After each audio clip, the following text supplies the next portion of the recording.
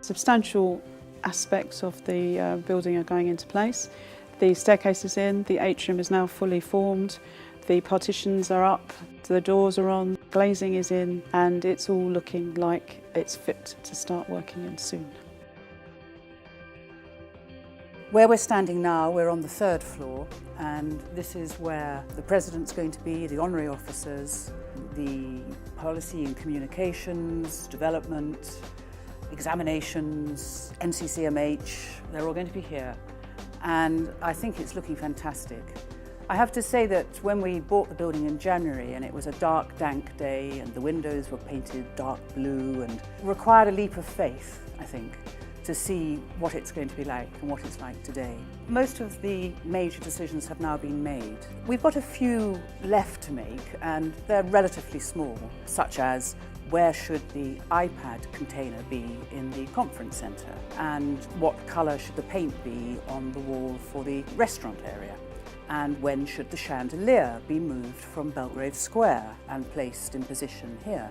Not only are you involved in the big decisions, but every little detail is equally important. We've had to consider the requirements of the members and staff. We've done this by involving officers and members and staff representatives at all levels really, and as a result we think we've tried to work towards providing a facility that will enable them to carry on the work that they do. Currently the college is split over 2 locations. So there's the main college at Belgrave Square, and then there's Standon House, which is where I work, and that houses the CCQI and also NCCMH. The main disadvantages of having 2 college sites is just that we're not together, so we don't know some of the people in the other departments at Belgrave Square as well as we would like to, so it's just a bit disjointed really.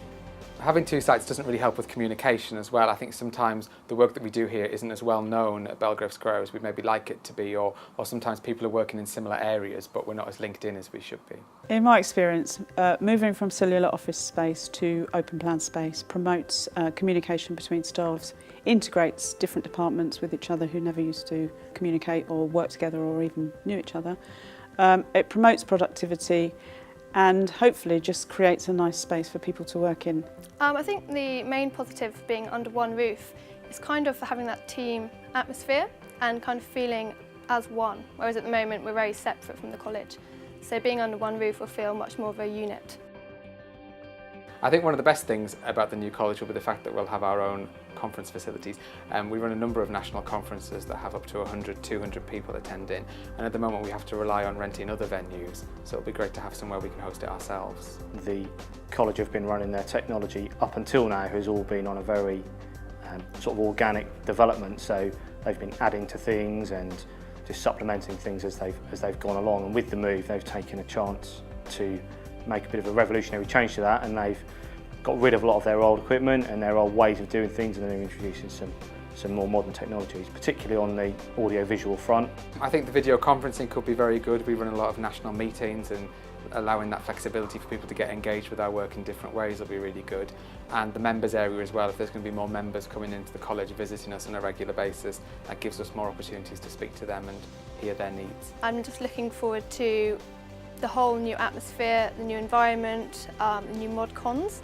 The fact I'm a cyclist as well, there's new cycling facilities and showers, so yeah, a lot of personal benefits as well. I know that staff are quite anxious about the change, but we're hoping that what we've produced and what the building can offer them will allay their concerns. My big challenge is to make sure the building does what it says it's going to do, and that's what my next project will be. So we're just a few weeks away now from the 7th of October, and I think we're just really keen now just to get in there, see what the new college looks like and settle in.